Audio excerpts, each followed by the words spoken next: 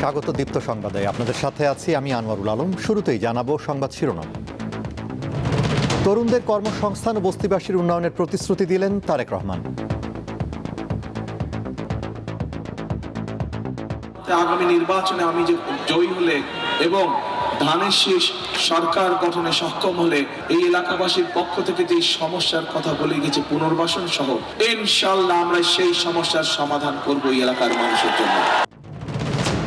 উত্তরবঙ্গ দারিদ্র্য ও বেকার মুক্ত করার আশ্বাস জামায়াতে ইসলামীর আমিরের। সারা দেশে জমে উঠেছে সংসদ নির্বাচনের প্রচার, মধ্যরাত পর্যন্ত ব্যস্ত প্রার্থীরা। চট্টগ্রাম রয়্যালসকে হারিয়ে দ্বিতীয়বারের মতো বিপিএল শিরোপা রাজশাহীর।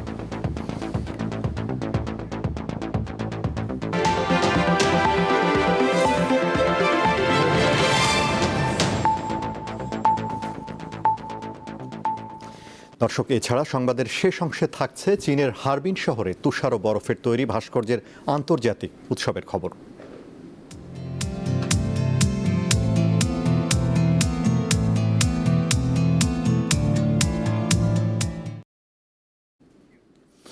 এবারে বিস্তারিত। বিএনপি ক্ষমতায় গেলে তরুণদের কর্মসংস্থান, কৃষি ও অবকাঠামো উন্নয়ন এবং বস্তিবাসীর পুনর্বাসনে গুরুত্ব দেওয়ার প্রতিশ্রুতি দিলেন দলটির চেয়ারম্যান তারেক রহমান। আজ নিজের নির্বাচনী এলাকা ঢাকা 17 আসনের ভাষণ টেকে জনসভায় তিনি বলেন, অতীতে ধানের শীষ মার্কায় ভোট দিয়ে মানুষ সুফল পেয়েছে। দেশকে পুনর্গঠন করতে গণতন্ত্র প্রতিষ্ঠার কোনো বিকল্প নেই বলে মন্তব্য করেন তারেক রহমান। সিলেট থেকে শুরু করে বিভিন্ন জেলায় টানা 16 ঘণ্টা নির্বাচনী জনসভা শেষে শুক্রবার সকালে ঢাকায় ফিরেছেন বিএনপির চেয়ারম্যান তারেক রহমান। সন্ধ্যায় নিজের নির্বাচনী এলাকা ঢাকা 17 আসনের ভাষণ থেকে জনসভায় যোগ দেন তিনি। দুপুর থেকে হাজার হাজার মানুষ বিএনপি চেয়ারম্যানের অপেক্ষায় ছিলেন। তিনি সমাবেশস্থলে পৌঁছার পর তাকে স্বাগত জানাতে স্লোগান দিতে থাকেন নেতাকর্মী ও সমর্থকরা। এলাকাবাসী হিসাবে আপনাদের বক্তব্যে তারেক রহমান বলেন, করব কাজ, গর্ব দেশ, সবার আগে বাংলাদেশ। এই শপথ নেওয়ার আহ্বান জানিয়ে বলেন, ধানের শীষ যতবার জনগণের ভোটে নির্বাচিত হয়েছে ততবারই মানুষের কল্যাণ হয়েছে। আমরা যদি অতীতের সবগুলো কাজ বিবেচনা করি, আমরা দেখব একমাত্র ধানের শীষকে যতবার নির্বাচিত করেছে এই দেশের মানুষ, ততবারই এই দেশের উন্নয়ন হয়েছে, দেশের মানুষের ভাগ্যের একটু হলো পরিবর্তন হয়েছে, ভালো পরিবর্তন হয়েছে। কাজে আসুন, আমি ধানের শীষের প্রার্থী হিসাবে আপনাদের কাছে আমি ধানের শীষের পক্ষে ভোট চেয়ে যাচ্ছি। বিএনপি চেয়ারম্যান বলেন, গত 16 বছরে দেশ ধ্বংস হয়ে গেছে। কেবল জনগণের নির্বাচিত সরকারই দেশকে সঠিক পথে নিয়ে যেতে পারে।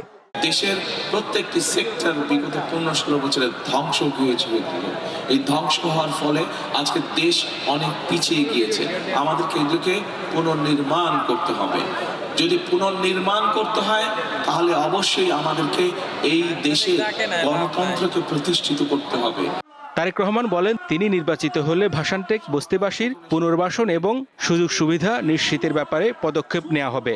আল্লাহর রহমতে আগামী নির্বাচনে আমি যে জয়ী হলে এবং ধানের শীষ সরকার গঠনে সক্ষম হলে আজকে এই যে কয়জন মানুষ আপনাদের সকলের পক্ষ থেকে, এখানে উপস্থিত হাজার হাজার এই এলাকাবাসীর পক্ষ থেকে যে সমস্যার কথা বলে গেছে পুনর্বাসন সহ অন্য যেই সমস্যাগুলো বলে গেছে, কিন্তু পুনর্বাসন থেকে মূল সমস্যা বলেছে, ইনশাআল্লাহ আমরা সেই সমস্যার সমাধান করব এই এলাকার মানুষের জন্য।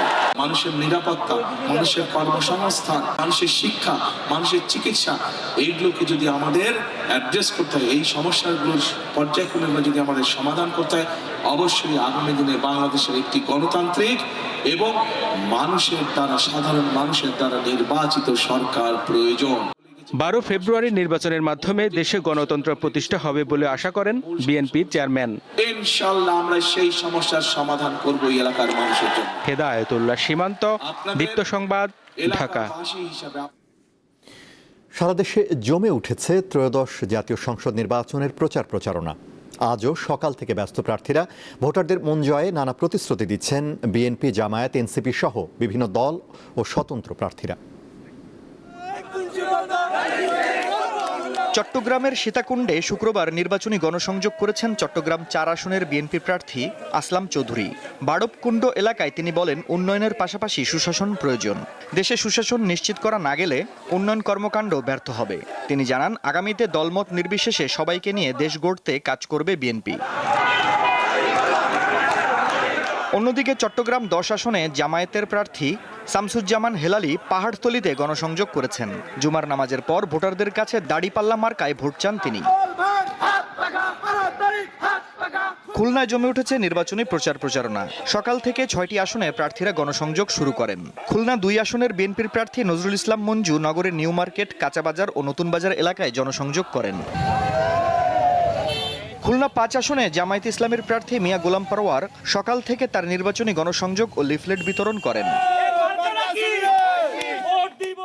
নোয়াখালী 1 আসনে গণসংযোগ ও উঠান বৈঠক করেছেন বিএনপির প্রার্থী মাহবুবউদ্দিন খোকন। তিনি ভোটারদের সঙ্গে কুশল বিনিময় করেন এবং ধানের শীষে ভোট চান। লক্ষ্মীপুর জেলার 4টি সংসদীয় আসনে জমজমাট প্রচার চালাচ্ছেন প্রার্থীরা। সকাল থেকে লক্ষ্মীপুর 2 রায়পুর আসনের বিএনপির প্রার্থী আবুল খায়ের ভূঁইয়া গণসংযোগ করেন।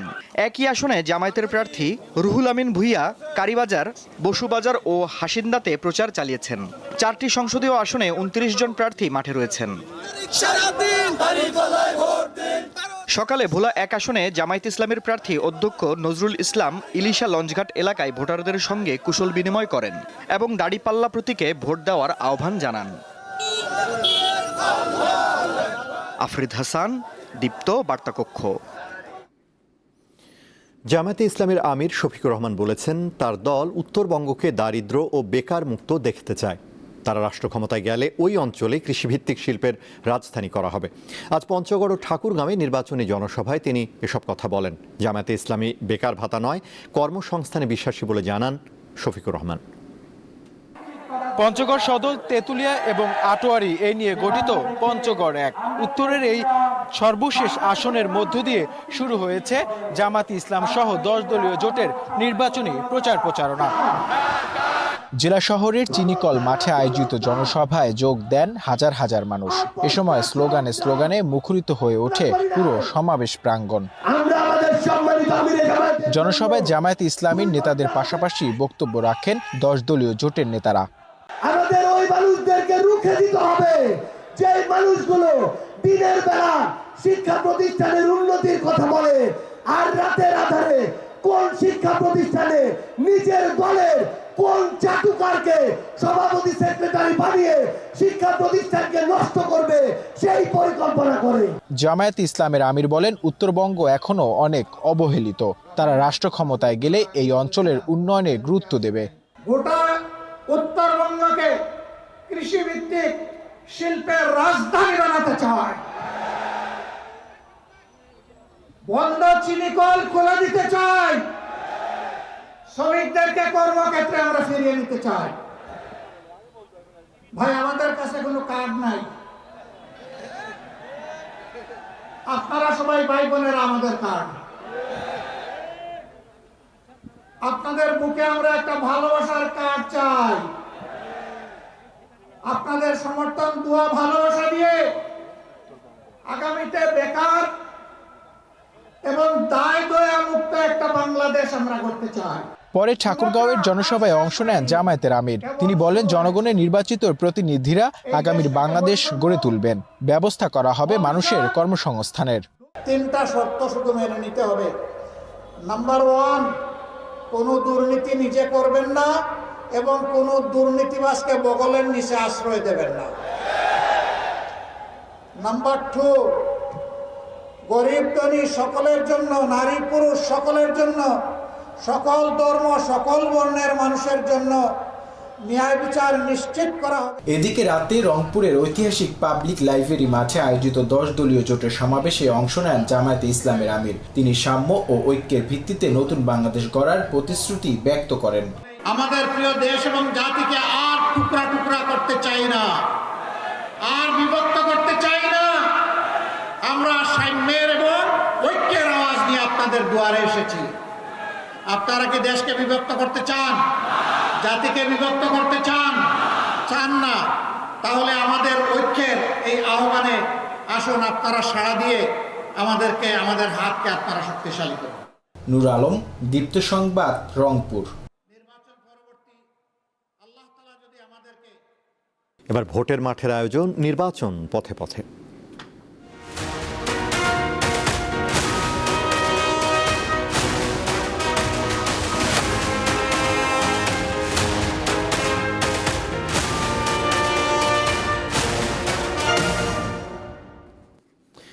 কুমিল্লার সবকটি আসন এখন প্রার্থী এবং তাদের নেতা কর্মীদের পদচারণায় মুখর। সকাল থেকে মধ্যরাত পর্যন্ত ব্যস্ত তারা, ভোটারদের দিচ্ছেন নানা প্রতিশ্রুতি। আজকের খবর জানাচ্ছেন সহকর্মী জহিরুল মোহসান।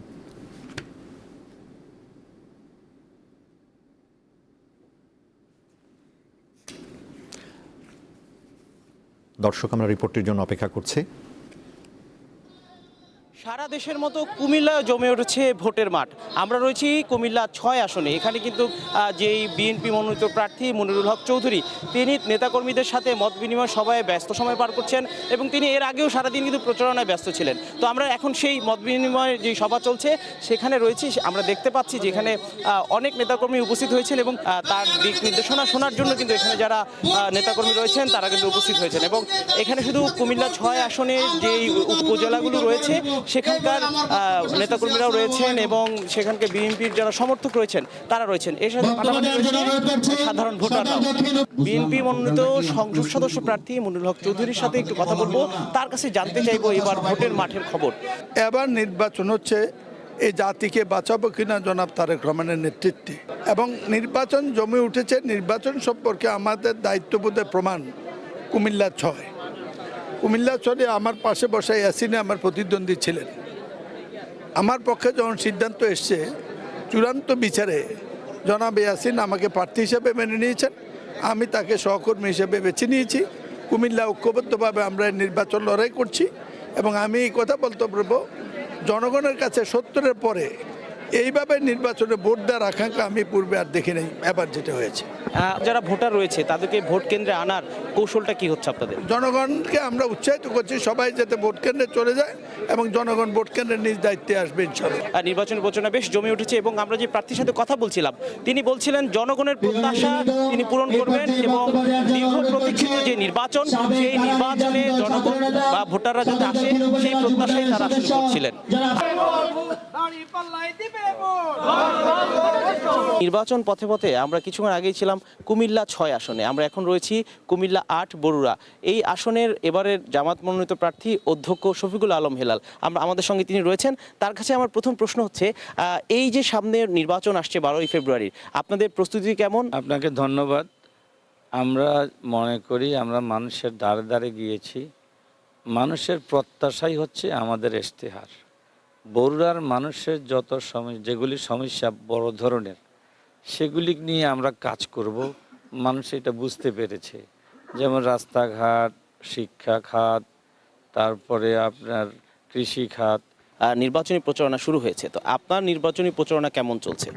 আমার নির্বাচনী প্রচারণা আলহামদুলিল্লাহ খুবই ভালো। আমি মনে করি যে এই বরুড়ার প্রতিটি মানুষ আমাকে যে চায়, গতকালকে এটার প্রমাণ পাওয়া গেছে স্বতঃস্ফূর্তভাবে। প্রতিটা 105টি কেন্দ্র আমাদের, প্রতিটা নির্বাচনী কেন্দ্র ভিত্তিক আমাদের জনশক্তি প্লাস সাধারণ পাবলিক যৌথভাবে যেই কর্মসূচি গণসংযোগ করেছে, মিছিল করেছে এবং যেটা আচরণবিধি মেনে কার্যক্রম পরিচালনা করছে সেটা অসাধারণ। তিনি বলছিলেন যে বরুড়া অঞ্চলের যে রাস্তাঘাট এবং যে শিক্ষা এগুলোর উন্নয়নে তিনি বেশ জোর দিবেন এবং এছাড়াও এখানকার যে আর্থসামাজিক উন্নয়নেও তিনি আসলে ভূমিকা রাখতে চান। ত্রয়োদশ জাতীয় সংসদ নির্বাচনে লক্ষ্মীপুরের 4টি সংসদীয় আসনে পোস্টাল ব্যালটে ভোট দিয়েছেন প্রায় 33,000 প্রবাসী। জানালেন দেখে শুনে বুঝে পছন্দের প্রার্থীকেই ভোট দিয়েছেন তারা। সৌদি আরব, মালয়েশিয়া, যুক্তরাষ্ট্র, যুক্তরাজ্য, আরব আমিরাত সহ পৃথিবীর বিভিন্ন প্রান্তে আছেন লক্ষ্মীপুরের প্রায় 1.5 লাখ ভোটার। এবার তাদের মধ্যে পোস্টাল ব্যালটে ভোট দিয়েছেন প্রায় 33,000 প্রবাসী। প্রবাসে যারা ছিল, আমরা বর্তমানে যারা আছি, আমরা আমাদের নিজস্ব মতামত, নিজের অধিকার ভোট প্রদান থেকে আমরা বঞ্চিত ছিলাম। বিডিএফ এর মাধ্যমে আমার জীবনের প্রথম ভোটটা দিতে পেরে আমি অত্যন্ত আনন্দিত এবং উৎসাহিত। স্বাধীনতার পর এই প্রথম প্রবাস থেকে আমরা আমাদের ভোটাধিকার প্রয়োগ করতে পারায় বাংলাদেশ সরকারকে জানাচ্ছি আন্তরিক মোবারকবাদ। যে দলে ক্ষমতা আসুক না কেন, আমাদের উপরে কোনো দল, কোনো দেশ যেহেতু হুকুমদারি করতে না পারে। বাংলাদেশ সরকারের কাছে আশাবাদী, উনি আমাদেরকে দীর্ঘ এত বছর পরে সুন্দর ও সুশৃঙ্খল একটা নির্বাচন উপহার দিবে আশা করি। আমরা 17 বছর পর আমাদের ভোট অধিকারটা ফিরে পেয়েছি। এতে আমরা খুবই আনন্দিত। জেলা নির্বাচন কর্মকর্তা আশা করছেন নির্ধারিত সময়ের আগেই ব্যালট হাতে পেয়ে যাবেন তারা। এটা আমরা আশা করছি যে আগামী জানুয়ারির 23-24 তারিখ থেকে হয়তো আসা শুরু করবে। আমরা যখন আসবে আমরা ডিসির যে ট্রেজারি রয়েছে সেখানেই সংরক্ষণ করব এবং আমরা যখন বক্সগুলো লক করব তার আগে সকল প্রার্থীদেরকে এই বিষয়ে অবহিত করব এবং তাদের উপস্থিতিতেই আমরা বক্সগুলো লক করব। পোস্টাল ব্যালট 25 জানুয়ারির মধ্যে ডাকযোগে বাংলাদেশে সংশ্লিষ্ট আসনের রিটার্নিং কর্মকর্তার কার্যালয়ে পাঠাতে হবে। কামরুন নাহার, দীপ্ত, বার্তাকক্ষ। দেশে স্বর্ণের দাম আজ আরেক দফা বাড়িয়েছে বাংলাদেশ জুয়েলার্স সমিতি বাজুস। প্রতি ভরিতে সর্বোচ্চ ৬,২৯৯ টাকা পর্যন্ত বাড়ানো হয়েছে। ফলে 22 ক্যারেট মানের প্রতি ভরি স্বর্ণ কিনতে লাগবে 2,55,617 টাকা। আজ দুপুর 12টা থেকে নতুন দাম কার্যকর হয়েছে বলে সংবাদ বিজ্ঞপ্তিতে জানিয়েছে বাজুস। এর আগে সর্বশেষ প্রতি ভরি স্বর্ণের দাম ছিল 2,49,318 টাকা। বেশ কিছুদিন ধরেই দেশের বাজারে স্বর্ণের দাম বাড়ছে। বিশ্বজুড়ে স্বর্ণ ও রূপার দামের নির্ভরযোগ্য ওয়েবসাইট গোল্ড প্রাইস ORG সূত্র অনুযায়ী আন্তর্জাতিক বাজারে আজ প্রতি আউন্স স্বর্ণের দাম $4,950 ছাড়িয়েছে।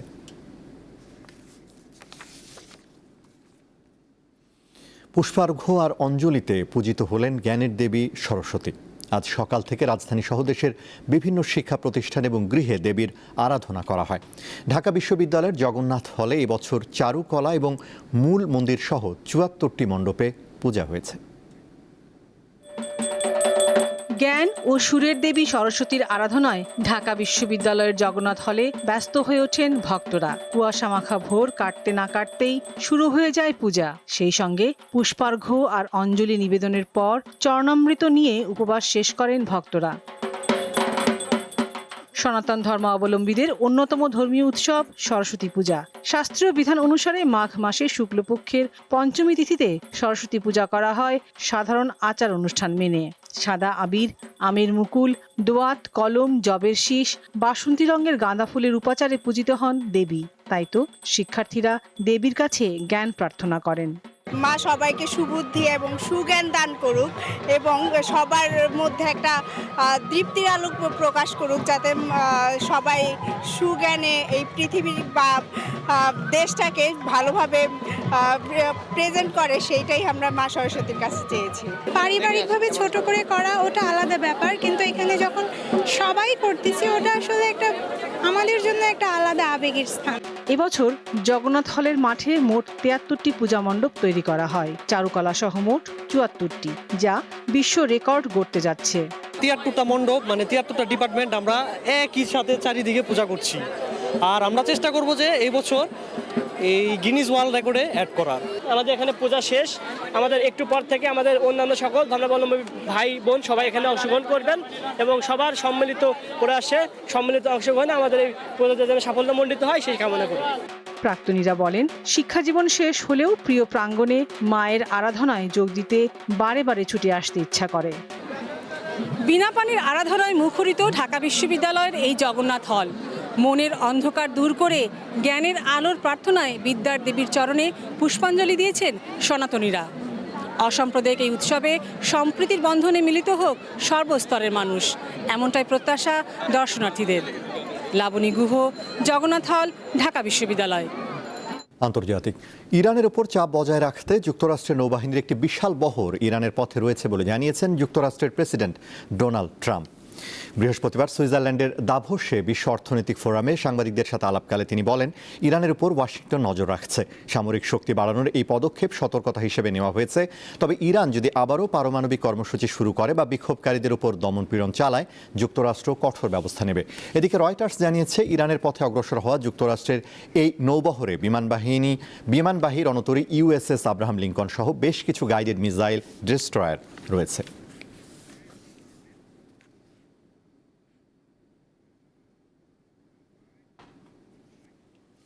এবার একটি ভিন্ন রকম খবর। শীতের তীব্রতার সঙ্গী করে চীনের হারবিন শহরে হয়ে গেল সবচেয়ে বড় তুষার ও বরফের তৈরি ভাস্কর্যের আন্তর্জাতিক উৎসব। বরফে তৈরি চোখ ধাঁধানো সব ভাস্কর্য দেখতে ভিড় করেন নানা বয়সী মানুষ। রূপকথার চরিত্রের পাশাপাশি এবারের আয়োজনে বিশেষ নজর কেড়েছে কিছু ভিন্নধর্মী ভাস্কর্য। চারপাশে তুষার জমা সাদা শুভ্র পরিবেশ, পায়ের নিচে শব্দ তুলে ভাঙছে বরফের স্তর। আর সেই শীতল পরিবেশেই হাসি, উচ্ছ্বাস আর বিস্ময়ে ভরে উঠেছিল চীনের উত্তর পূর্বাঞ্চলের হেইলংজিয়ান প্রদেশের রাজধানী হারবিন। বিশ্বের অন্যতম বৃহৎ শীতকালীন আয়োজন হারবিন ইন্টারন্যাশনাল আইস স্কাল্পচার কম্পিটিশনে যেন বাস্তবের পৃথিবীকে পেছনে ফেলে দর্শনার্থীরা ঢুকে পড়েন এক রূপকথার রাজ্যে। প্রতি বছরের মতো এবারও হারবিন শহরে অবস্থিত বিখ্যাত ঝাওলিন পার্কে তৈরি করা হয়েছিল অসংখ্য চোখ ধাঁধানো বরফের ভাস্কর্য। আন্তর্জাতিক বরফ ভাস্কর্য প্রতিযোগিতার জন্মস্থান বলা হয় এই পার্ককে, যেখানেই চোখ যায় বরফ কেটে নির্মাণ করা হয় বিশাল বিশাল ভাস্কর্য। এটি একটি যুগান্তকারী আয়োজন, যেটি বিশ্বের বিভিন্ন দেশের মধ্যে সাংস্কৃতিক বিনিময়কে উৎসাহিত করতে সাহায্য করে। এটি আমাদের দর্শনার্থীদের হারবিন শহর সম্পর্কে একটি চমৎকার ধারণাও দেয়। এবার ভিন্নধর্মী কিছু ভাস্কর্যের পাশাপাশি বরফ দিয়ে নির্মিত হয়েছিল চীনের বিখ্যাত ও ঐতিহাসিক নেতাদের ভাস্কর্য। তবে এই আয়োজনের বেশিরভাগ ভাস্কর্যই বানিয়েছেন অন্য দেশের শিল্পীরা। একই জায়গায় একসাথে এত বরফের ভাস্কর্য ও কাঠামো দেখতে পাওয়াটা অসাধারণ অনুভূতি। আমার কাছে এই বরফের ভাস্কর্যগুলো বিশেষভাবে আকর্ষণীয় মনে হচ্ছে। কেউ পরিবার নিয়ে ছবি তুলেছেন, কেউ বন্ধুদের সঙ্গে ভিডিও করেছেন, আবার কেউ বরফের মধ্যে শুয়েও পড়েছেন। বরফও যে এত বৈচিত্র্যময় শিল্পের ভাষা হতে পারে তা যেন কল্পনাতীত। এই আয়োজনে চীন, রাশিয়া, যুক্তরাষ্ট্র, কোরিয়া প্রজাতন্ত্র এবং ফ্রান্স সহ 12টি দেশের 38টি দলের মোট 76টি ভাস্কর্য প্রদর্শিত হয়েছে। অ্যালোন ইন দ্য ফরেস্ট নামের একটি ভাস্কর্যের জন্য প্রতিযোগিতায় প্রথম পুরস্কার জিতেছে রাশিয়া। বিশেষজ্ঞদের মতে হারবিনের এই বরফ উৎসব চীনের পর্যটন শিল্পে একটি গুরুত্বপূর্ণ ভূমিকা পালন করছে। প্রতি বছর দেশি বিদেশি লাখো পর্যটক এই উৎসবে অংশ নিতে হারবিনে ভিড় করেন। শীত প্রধান এই শহরটি বছরের এই সময়ে পরিণত হয় আন্তর্জাতিক পর্যটনের কেন্দ্রে। ইশরাত সুমা, দীপ্ত বার্তাকক্ষ। শেষ করব দীপ্ত সংবাদ, তার আগে সংবাদ শিরোনামগুলো জানাবো আরও একবার। তরুণদের কর্মসংস্থান ও বস্তিবাসীর উন্নয়নের প্রতিশ্রুতি দিলেন তারেক রহমান। উত্তরবঙ্গ দারিদ্র ও বেকার মুক্ত করার আশ্বাস জামায়াতে ইসলামীর আমিরের। সারা দেশে জমে উঠেছে সংসদ নির্বাচনের প্রচার, মধ্যরাত পর্যন্ত ব্যস্ত প্রার্থীরা। এবং চট্টগ্রাম রয়্যালসকে হারিয়ে দ্বিতীয়বারের মতো বিপিএল শিরোপা রাজশাহীর।